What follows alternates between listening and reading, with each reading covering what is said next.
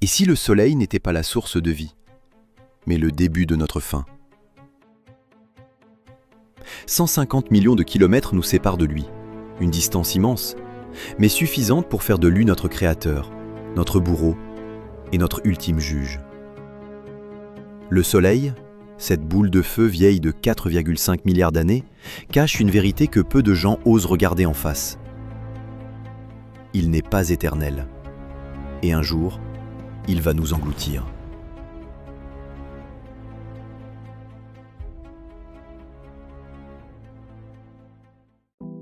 Le soleil, origine de tout. Sans lui, pas de lumière, pas de chaleur, pas de vie. Chaque battement de ton cœur, chaque souffle que tu prends, chaque récolte qui pousse, dépend d'une énergie venue de 150 millions de kilomètres. Au centre du système solaire, il concentre à lui seul 99,8% de sa masse. Il règne, il attire, il dévore. Mais cette star n'est qu'une étoile banale dans l'univers, un point lumineux parmi des milliards. Alors pourquoi le nôtre est-il si spécial? Parce qu'il est proche, et que, malgré son immensité, il est fragile. Et pourtant, cette étoile ordinaire décide de tout. Son moindre soubresaut peut perturber nos satellites, dérégler nos climats, bouleverser nos communications. Il influence les marées, les migrations, nos saisons, notre humeur parfois. Des civilisations entières l'ont vénéré, sans comprendre qu'elle priait une bombe vivante. Chaque seconde, il perd un peu de sa masse, un compte à rebours silencieux vers sa fin. Et nous continuons à vivre, comme si le soleil brillera toujours. Les aurores boréales. Ces voiles verts, violets, bleutés, dansent dans le ciel comme un sortilège. Ce que tu ne vois pas, c'est qu'elles sont le fruit d'une tempête. Le vent solaire, un flux de particules projetées par le soleil, frappe la Terre. Heureusement, notre champ magnétique dévie la plupart, mais parfois, il cède. La tempête de Carrington, des télégraphes s'enflamment, les réseaux s'effondrent. Aujourd'hui, un tel événement pourrait plonger la planète dans un blackout total. Et ce ne serait pas qu'un simple bug, ce seraient des hôpitaux paralysés, des satellites brûlés, des semaines sans électricité, dans un monde qui ne sait plus vivre sans. L'homme face à l'étoile. Des scientifiques passent leur vie à traquer les secrets du soleil. Des éruptions, des taches, des champs magnétiques fous. Certains vont jusqu'à l'écouter. Oui, le soleil vibre et ses fréquences peuvent être converties en sons. Il ne parle pas, mais il chante, un bourdonnement profond, un appel mystérieux. Pendant ce temps, au nord du cercle polaire, des peuples vivent au rythme de son absence. 2 mois de nuit, 2 mois de soleil de minuit. Leurs corps, leurs esprits dépendent de lui, parfois jusqu'à la folie, jusqu'à la maladie, jusqu'à l'isolement. Et quand la lumière revient, c'est une renaissance. Les enfants sortent en riant, les anciens ferment les yeux simplement pour sentir sa chaleur. Là-bas, le soleil n'est pas un astre, c'est une divinité, une promesse de vie. Et son absence, une épreuve que seule la foi peut apaiser. Le soleil ne brillera pas toujours. Il se gonfle, il s'échauffe, lentement, insidieusement. Et un jour, dans 5 milliards d'années, il deviendra une géante rouge.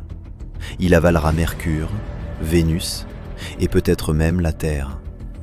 Puis il explosera, rejettera son enveloppe dans l'espace, et ne restera qu'un cadavre d'étoile, une naine blanche, silencieuse, froide. Tout ce que nous connaissons sera alors poussière. Mais cette fin n'est pas un effacement total. Les éléments forgés dans son cœur nourriront d'autres mondes, peut-être une nouvelle étoile, une nouvelle chance, une autre vie. Car dans la mort d'une étoile naît souvent le début d'un autre univers.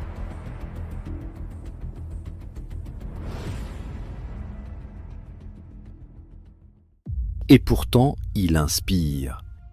Malgré ce destin tragique, le soleil fascine, il émerveille. Il guide les artistes, les poètes, les chercheurs, les enfants. Dans le désert de la vallée de la mort, certains vivent à 50 degrés Celsius, en harmonie avec lui. D'autres, atteints de maladies rares, ne peuvent plus l'approcher. Pour eux, le soleil est un ennemi invisible. Mais tous savent une chose, sans lui, nous ne saurions rien. Et si nous devions fuir?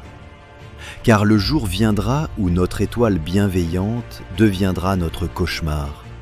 Alors, l'humanité devra faire un choix, disparaître avec la Terre ou partir. Certains scientifiques rêvent déjà d'arches stellaires, de civilisations nomades, errantes entre les galaxies, cherchant un nouveau soleil à aimer. D'autres imaginent abriter la vie, sous terre ou sur Mars, loin de la colère solaire. Mais la vraie survie ne sera pas technologique, elle sera psychologique. Serons-nous prêts à quitter le berceau, à dire adieu au lever du soleil, à la chaleur sur notre peau, au ciel bleu que seule notre étoile sait peindre? La fin du soleil ne sera pas seulement une crise d'énergie, ce sera un déchirement existentiel. Et si cette fuite était l'épreuve ultime de notre espèce? Abandonner la Terre, ce n'est pas fuir un lieu, c'est renoncer à une mémoire collective, à une histoire gravée dans la lumière. Nos ancêtres ont dansé sous ses rayons, prié sa chaleur, raconté des mythes autour de sa flamme. Laisser le soleil derrière nous, c'est laisser une part de notre humanité. Peut-on recréer un foyer sans sa lumière? Peut-on aimer une étoile artificielle forgée par des mains humaines? Ou serons-nous condamnés à l'errance éternelle, à la nostalgie d'un astre disparu? Car au fond, ce que le soleil éclaire, c'est notre âme. Nous vivons à l'ombre d'une bombe d'énergie pure, une entité que nous adorons sans la comprendre totalement. Et plus nous cherchons à percer ces mystères, plus nous réalisons à quel point nous sommes fragiles. Le soleil, c'est la vie, c'est aussi la mort. La vraie question n'est pas « que peut-il nous faire ?», mais « serons-nous prêts le jour où il se retournera contre nous ?» Peut-on vraiment apprivoiser une étoile?